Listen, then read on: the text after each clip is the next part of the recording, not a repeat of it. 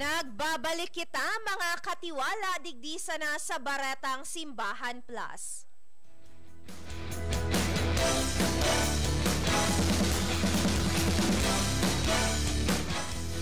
Padagos kita sa iba pang detalyes kan mga bareta. Nagtutubod si Haro Apostolic Administrator Archbishop Emeritus Jose Romeo Lazo na ang eleksyon sa rong pagselebrar asin pagpapahayag nin demokrasya sa nasyon. Inian mensay kan Arsobispo sa paghahanda sa paparaniman ng midterm national and local elections sa Mayo. Sigon kay Archbishop Lazo, ang eleksyon ang pagpapahiling manin demokrasya sa nasyon na kaipuhan nin aktibong partisipasyon kan kada saro tanganing masigurado ang katapatan sa bilog na proseso poon sa kampanya asin pagboto sundo sa pagluwas kan resulta kaini. Naglalao man ang Arsobispo na kasabay kan pagselebrar kan simbahan sa Jubilee Year of Hope. Ngunya na taon mapuno manin paglaom ang kada Pilipino para sa futuro ka nasyon sa paagi kan aktibong pagkisumaro man sa nakatalaang midterm national and local elections sa Mayo 12, 2025. Pinagirumduman kan Arsobispo ang kada saro na importante ang pagtubod sa Diyos asin sa kapwa na saro sa importanteng aspeto sa pagtanggap sa anuman na resulta kada maabot ang eleksyon sa nasyon.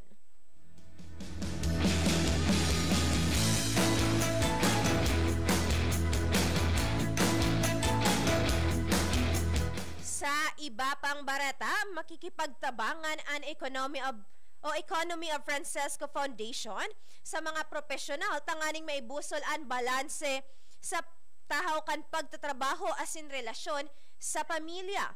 Sigon kay EOF Foundation, itatampok digdi ang mga tukdo hali sa pag-aadal ninda Jennifer Nadalski asin Tom Malleson na mga dating nagtukdo nin law sa University of Toronto.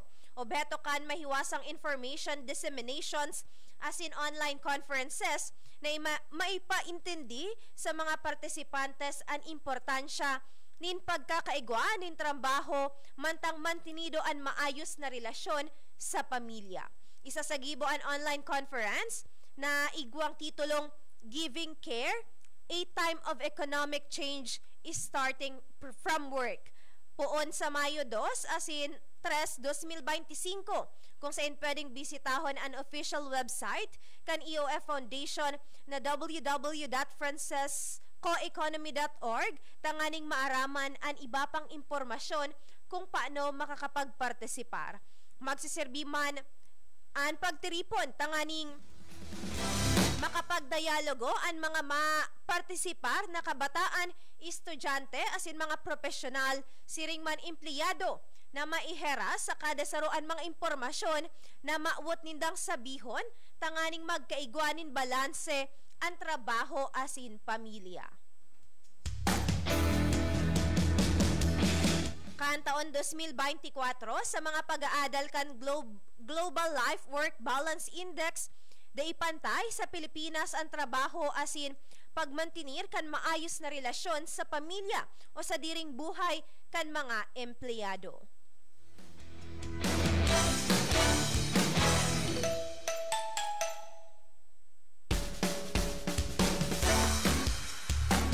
Sa iba pang barata, duwang simbahan sa Pilipinas ang natauhanin bagong espiritual na relasyon sa mga popular na basilika sa Italia.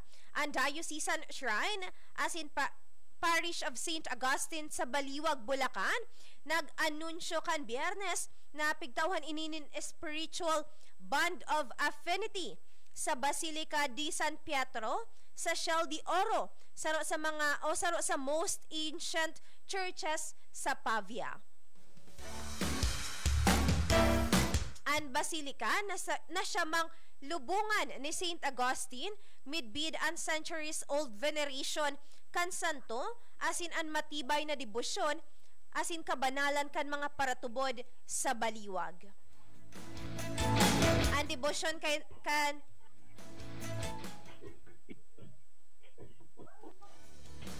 Ang debosyon kay Saint Augustine, igwang hararom na ugat sa baliwag na ipig bugta kan taon 1733.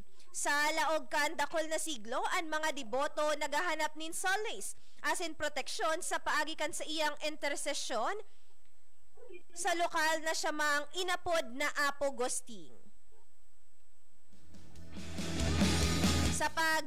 Sa nakaagiman na taon, dakol na mga himala asin pabor anay ulat nakatakod kan sa iyang intersesyon. Para sa simbahan, unbanned sarong special gift na pigaalaw ang mga pilgrims na nagbibisita sa shrine na marisibian spiritual privileges and indulgence. Pareho kan ipigtatao sa mga pilgrims na nagbibisita sa Basilica.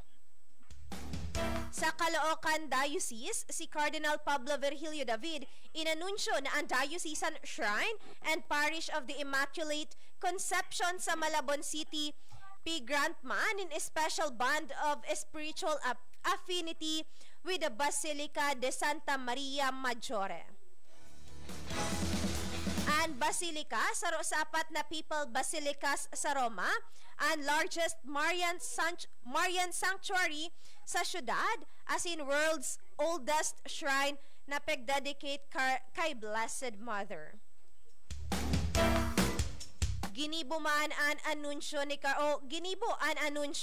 ni Cardinal Pablo Virgilio David kan Martes, Marso 25 sa ginibong installation mass kan bagong rektor kan Dambana na si Father Mariano Bartolome Jr.